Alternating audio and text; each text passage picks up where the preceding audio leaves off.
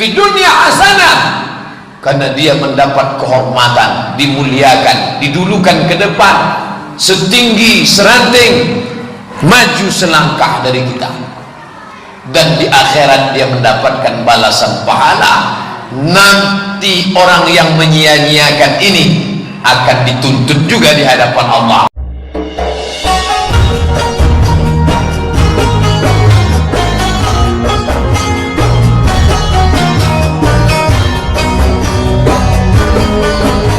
Assalamualaikum warahmatullahi wabarakatuh.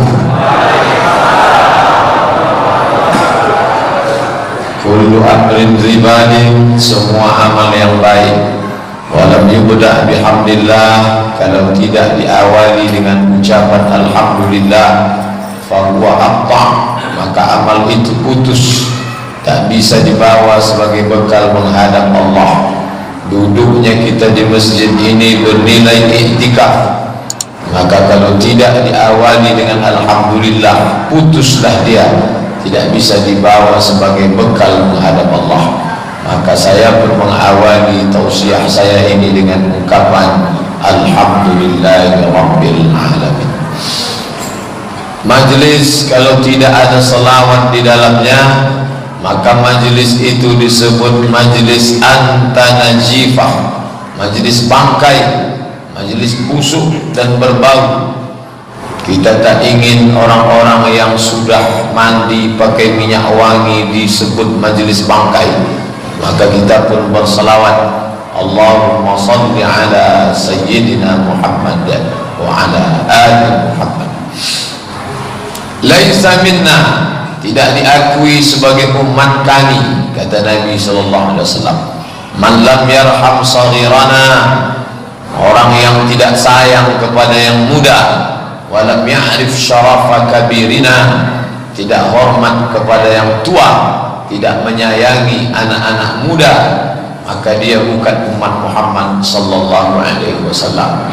Yang muda-muda saya sayangi semuanya, adapun yang tua-tua, para pemimpin, alim ulama, dalam hal ini pemimpin kita Bapak Wali Kota Pekanbaru diwakili oleh Ibu Asisten 4, kemudian Bapak Jaksa, karena ini di komplek kejaksaan, Bapak Ketua beserta seluruh pengurus masjid, bil khusus imam kita yang memimpin kita tadi salat dengan ayat bacaan.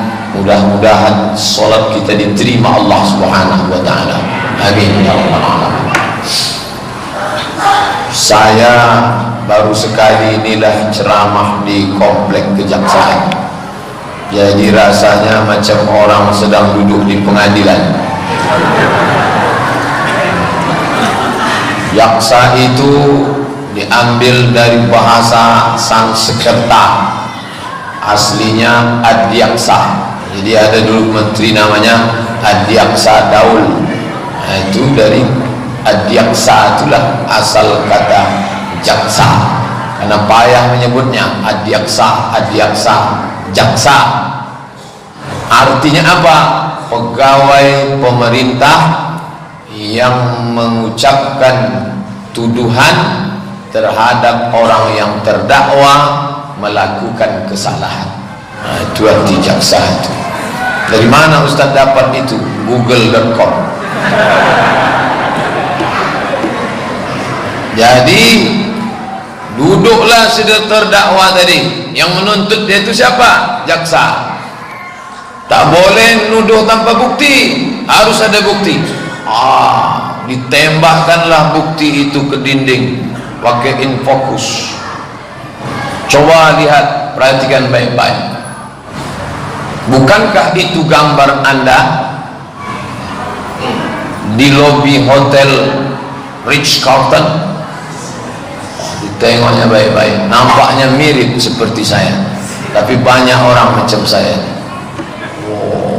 Coba perhatikan lagi, kita dengar suaranya. Terdengar suaranya, bukan suara Anda, mungkin suara saya, tapi banyak orang suaranya macam ini. Yang membela itu siapa? Yang membela kita itu ada orang yang bisa kita bayar kalau duit kita banyak. Itulah dia Ruhut Sitompul dengan Rahman Paris Utapia. Duit bayar. Siapa yang membela kita? Nih, lidah membela. Lidah inilah yang paling setia membela. Sudah jelas-jelas salah, sudah jelas-jelas pelaku curang, gambar dia itu, dia penuh dengan kesadaran. Dia mengatakan bukan saya. Makanya yang pertama kali dikunci di akhirat itu, itulah ayatnya yang selalu Bapak Ibu baca, al-yawma nakhtimu ala afwahihim. Karena mulut inilah yang paling pandai membela. Makanya disebut bersilat lidah. Banyak orang Melayu tak pandai bersilat, tapi bersilat lidah pandai. Kenapa Ustaz kaitkan Melayu dengan silat? Dulu orang kalau mau meminang anak gadis harus pandai bersilat. Baru dia lulus bisa naik ke rumah. Pesilat siapa yang paling tangguh? Sekarang banyak orang tak pandai bersilat, tapi kalau bersilat lidah, maka lidah ni yang pertama dikunci. Al-yawma nakhtimu ala afwahihim. Lalu siapa yang akan bicara? Wa tukallimuna aydihim. Tangan akan berbicara. Wa tashhadu arjuluhum. Kaki akan bersaksi. Apa yang akan dibicarakan tangan? Apa yang akan dipersaksikan kaki? Bima kanu yaksibun. Sekarang yang dulu tidak menjadi masalah, sekarang masalah. Dari zaman datuk moyang bapak nenek saya minum kopi sampai sekarang, dulu tak ada masalah, sekarang menjadi masalah. Kopi Mirna. Dulu jamaah selalu bertanya ke saya, hampir 4 tahun belakangan ini yang selalu mereka tanyakan, kopi luwak, kopi luwak, kopi luwak. Apa itu luwak Pak Ustaz? Musang. Kopi luwak, iklannya di TV, luwak kafe, bahasa awaknya ciri musang.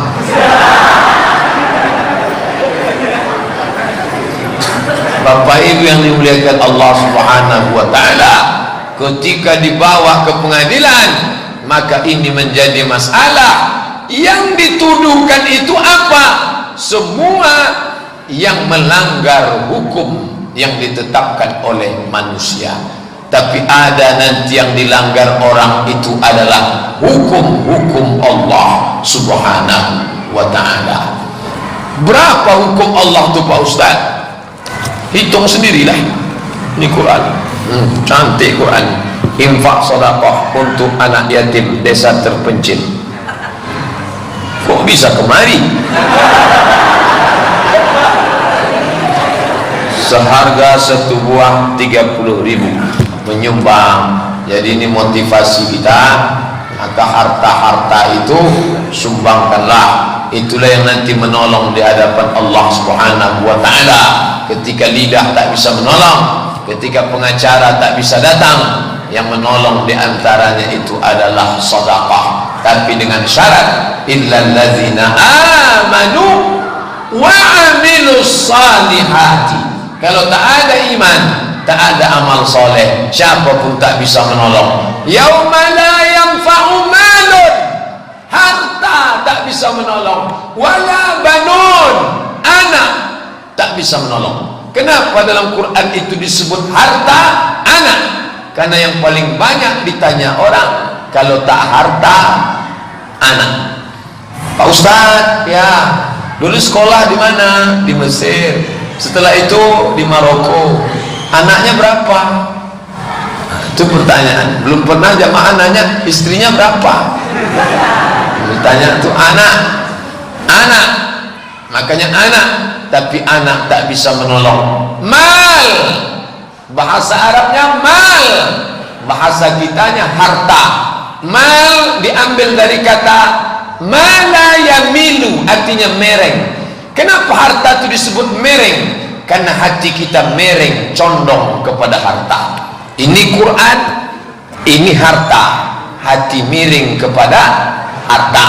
Ini masjid, ini harta. Hati miring kepada harta. Bahasa Arabnya mal, bahasa Pekanbarunya mall. Miring. Makanya kalau kita sampai di Jalan Nangka, sebelah kanan Masjid Namirah, sebelah kiri mall. Kemana hati condong? Ke mall. Mall artinya miring. Hati miring ke mall. Mall tak bisa menolong. Yang sering ke mall SKA, mall tak bisa menolong. Kalau ke masjid, insya Allah langkah-langkah tapak kaki tadi. Wa naktubu ma qaddamu wa atharahum, kami tulis langkah-langkah tapak kaki. Makanya Bapak Ibu, banyak langkah kaki. Yang tinggal dari Panam makin banyak pahalanya. Nih, dari Panam jalan kaki Pak Ustaz. Ya, sesuaikanlah. Yang dekat-dekat sini jalan kaki. Ternyata jalan kaki itu manfaatnya, langkah tapak kakinya menjadi saksi penolong di hadapan Allah dan manfaat kesehatan. Langkahkan kaki Anda 10.000 langkah sehari, Anda akan selamat dari penyakit osteoporosis. Oh, orang pun ramai-ramai melangkah, tapi tak satu pun masuk ke masjid. Keliling masjid saja, habis itu pulang. Di mana itu? Di Masjid Agung An-Nur.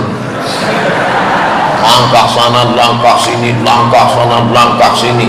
Pakai baju kemeja, tak juga keluar keringat. Baju kresek sampah dipakai, barulah keluar keringat. Begitu habis keringat, keluar 3 tetes, minum susu 2 botol. Ya sama aja. Datanglah sales jual susu ke kampus UIN Suska.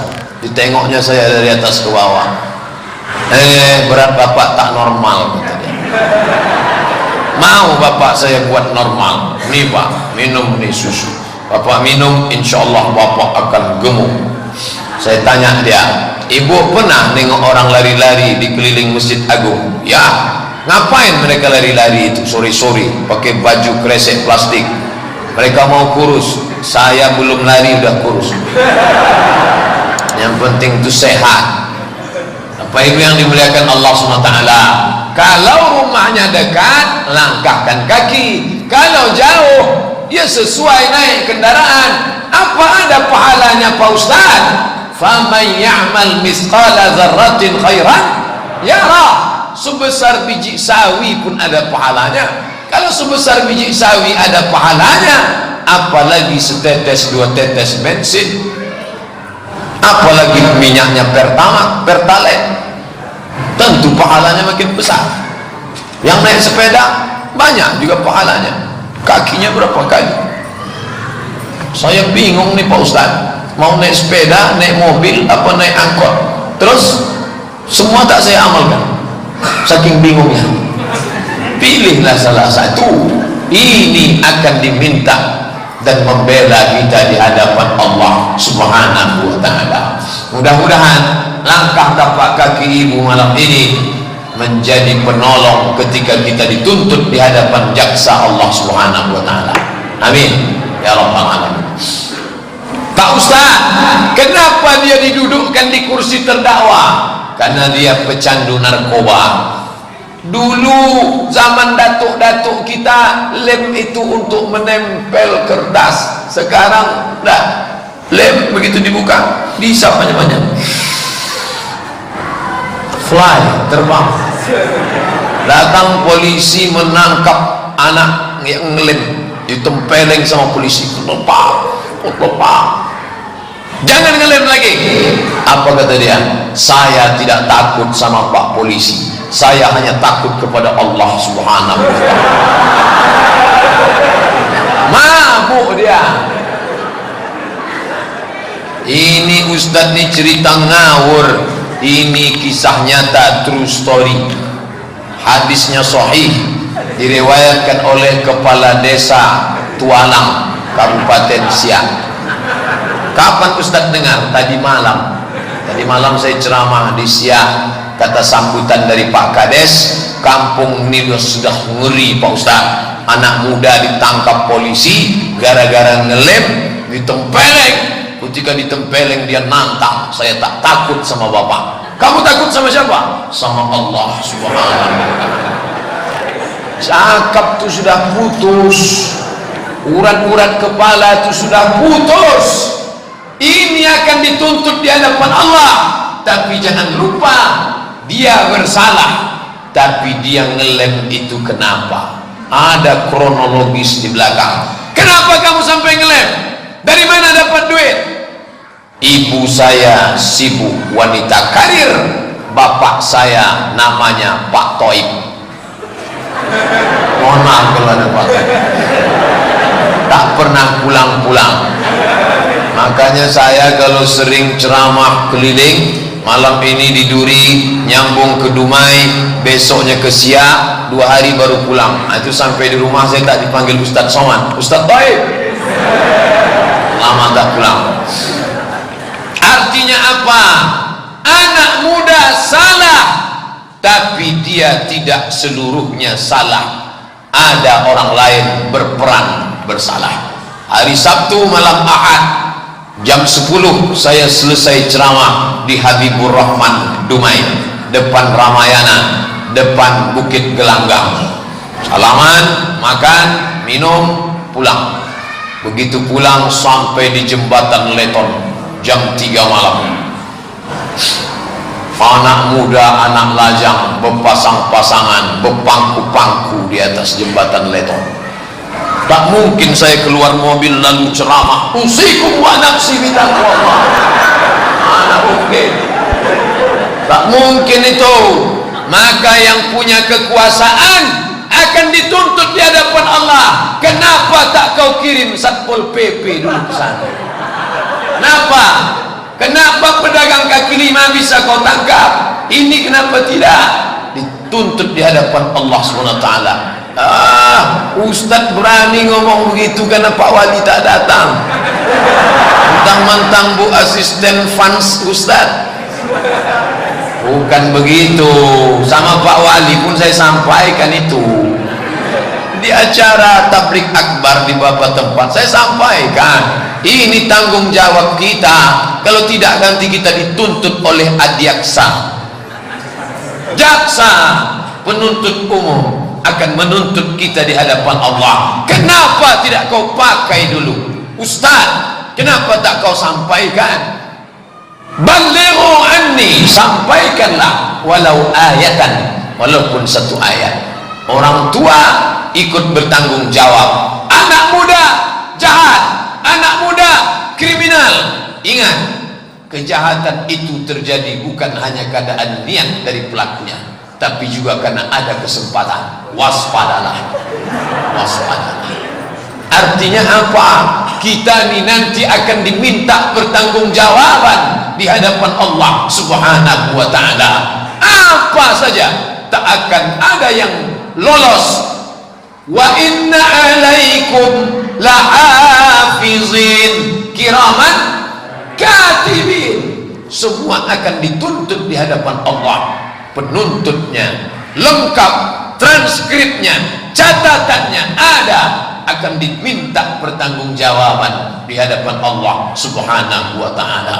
Sekarang orang-orang kaya itu enak saja, dia tinggal telepon, pengacara datang. Datanglah pengacara. Apa itu pengacara? Pengangguran banyak acara. Dia bela nih, dia bela nih. Saya advokat, penasehat hukum, segala yang melanggar bisa saya bebaskan. Tidak semuanya jahat, ada yang baik. Mereka yang ada di lembaga bantuan hukum, orang susah, orang miskin. Di MUI itu ada lembaga bantuan hukum gratis. Di antara pengacaranya Ustadz Hasan Basri, alumni UIN, pakar hukum. Jadi kalau ada anak-anak muda, adik-adikku sekalian, kalian belajar hukum konvensional, lanjutkan SH, MH, doktor. Dari mana doktornya? Leiden, Belanda. Kenapa belajar hukum ke Belanda? Karena hukum kita hukum Belanda. Jadi jangan katakan hukum Belanda haram, hukum Inggris haram, hukum Jepang haram. Lalu siapa yang akan belajar ini kalau bukan orang Islam? Orang Islam dilarang belajar hukum, dipelajari orang kafir. Orang Islam dilarang politik, politik haram, politik haram. Akhirnya siapa yang mengambil politik? Ahok. Orang Islam harus memegang kekuasaan. Bayangkan kalau jaksanya orang Islam datang dia pengajian. Tengok Pak Jaksa, tak boleh tunjuk orangnya, menjaga kode etik jurnalistik. Kalau sudah di masjid tak nampak mana diplomat, mana penjual tomat, sama semua. Kadang saya kalau sudah masuk kantor urusan, Assalamualaikum Pak Ustaz. Kenal Ustaz sama saya? Enggak. Astagfirullah Pak Ustaz, saya selalu subuh Sabtu di Al-Falah. Setelah pikir-pikir, jauh lebih mudah. Dulu di Al-Falah dia pakai baju koko, pakai peci putih, bawaannya mau mati. Tapi begitu di kantor pakai seragam, ada pula jengkol di sini. Gagah dia, besar. Inilah orang Islam. Ngajinya mantap, ke masjid berjamaah, tapi dia punya kekuasaan. Ada orang punya kekuasaan, dipakainya menolong agama Allah. Inilah Islam. Abu Bakar bisa menolong agama Allah. Kenapa? Ada kekuasaan. Umar bisa menolong agama Allah. Kenapa? Ada kekuasaan. Utsman, Ali, karena ada kekuasaan. Begitu juga dengan Nabi Muhammad sallallahu alaihi wasallam. Jadi kalaulah orang berkuasa memegang di tangan orang beriman, agama ini ikut tertolong. Kenapa kita di Pekanbaru ini ibu-ibu pakai jilbab tak ada yang melarang, bapak-bapak ke masjid tak ada yang melarang, suara mikrofon keluar tak ada yang melarang. Ini pengajian begini jangan coba-coba dibuat di Perancis, dilempar kita pakai tai anjing. Perempuan mau pakai jilbab panjang ditarik. Kenapa? Tinggal di negeri orang kafir. Bersyukurlah tinggal di Pekanbaru, bumi lancang kuning, kota metropolitan yang madani, mengerti agama Islam. Diangkat pula imam-imam Masjid Paripurna. Jadi aslinya kalau kita tinggal di suatu kota, kumpul satu kota Pekanbaru ini, berapa jumlah penduduk Pekanbaru? 1.100.000. Kalau tak percaya hitung sendiri, 1.100.000. Kalau kita ngumpul 1.100.000, siapa yang jadi imam? Yang layak jadi imam 1.100.000 ini Dr. Haji Firdaus STMT, itu imamnya. Pemimpin, buka kitab Al-Fiqhul Islami wa Adillatuh. Kalau pemimpinnya tak sanggup, maka diangkatlah namanya imam ratib. Ratib imam tetap, maka diangkatlah imam ratib sebanyak 13 orang. Padahal aslinya Pekanbaru ini masjidnya 600 sekian.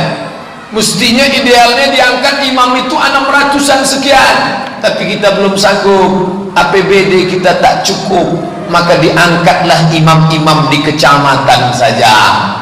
12 kecamatan tambah satu imam Masjid Paripurna Ar-Rahman depan Surya Dumai Jalan Sudirman, maka semuanya 13. Jadi kalau ada orang mengatakan angka 13 angka sial, tak betul. 13 imam itu orang-orang yang beruntung semuanya. Kenapa? Fid dunya hasanah, fil akhirati hasanah. Fid dunya hasanah, karena dia mendapat kehormatan, dimuliakan, didulukan ke depan, setinggi seranting, maju selangkah dari kita. Dan di akhirat dia mendapatkan balasan pahala. Nanti orang yang menyia-nyiakan ini akan dituntut juga di hadapan Allah. Aku pinjamkan kekuasaan ke tanganmu, apa yang kau buat? Ada mantan pejabat mati, kasar sekali Pak Ustaz, meninggal.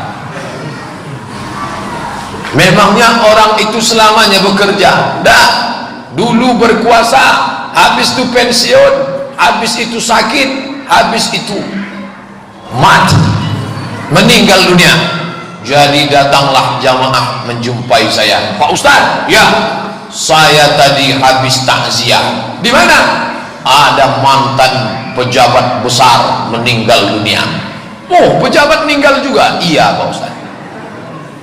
Terus sedih saya Pak Ustaz. Sedih kenapa? Anaknya tak ada Pak Ustaz. Dia tak punya anak, anaknya ada tapi tak datang. Sudah kami foto, pinjam HP sebentar, kami foto, kami kirim, tolonglah datang, ini bapakmu sekarang. Apa jawab anaknya? Maaf, sedang rapat penting di luar kota. Akhirnya macam mana? Mati. Nah, mati lagi, meninggal di dalam ruang yang sepi sunyi di tengah keramaian. Kenapa ramai? Tetangga datang, pejabat datang, orang datang, ramai. Tapi ada satu yang tak datang, padahal dialah yang paling kita inginkan membisikkan ke telinga kita, la ilaha illallah. Makanya adik-adikku sekalian, kalau orang tuamu nanti sudah sampai masanya, bisikkanlah ke telinganya sebelah kanan, la ilaha illallah. Saya pesankan itu. Jangan tengok tua muda, yang muda-muda yang sebaya dengan saya, sampaikan. Saya ke anak tak saya sampaikan, dia masih kecil. Ke istri saya, istriku, kalau sampai masaku nanti, kaulah yang membisikkan ke telingaku sebelah kanan, la ilaha illallah. Ditengoknya saya tidur lama, mau dibisikkan? Jangan, belum lagi, belum lagi, nanti kalau dah mau. Jadi bang, aku yang akan membisikkan ke telingamu nanti. Ya, kalau sampai masaku menghadap Allah, kaulah yang membisikkan ke telingaku ini nanti, la ilaha illallah. Hampir menetes air mata. Habis itu dia tanya balik, kalau aku yang duluan mati macam mana? Ya aku kawin lagi lah. Bapak ibu yang dimuliakan Allah subhanahu wa ta'ala, artinya apa? Mati itu bukan untuk ditakuti, tapi juga jangan cari mati.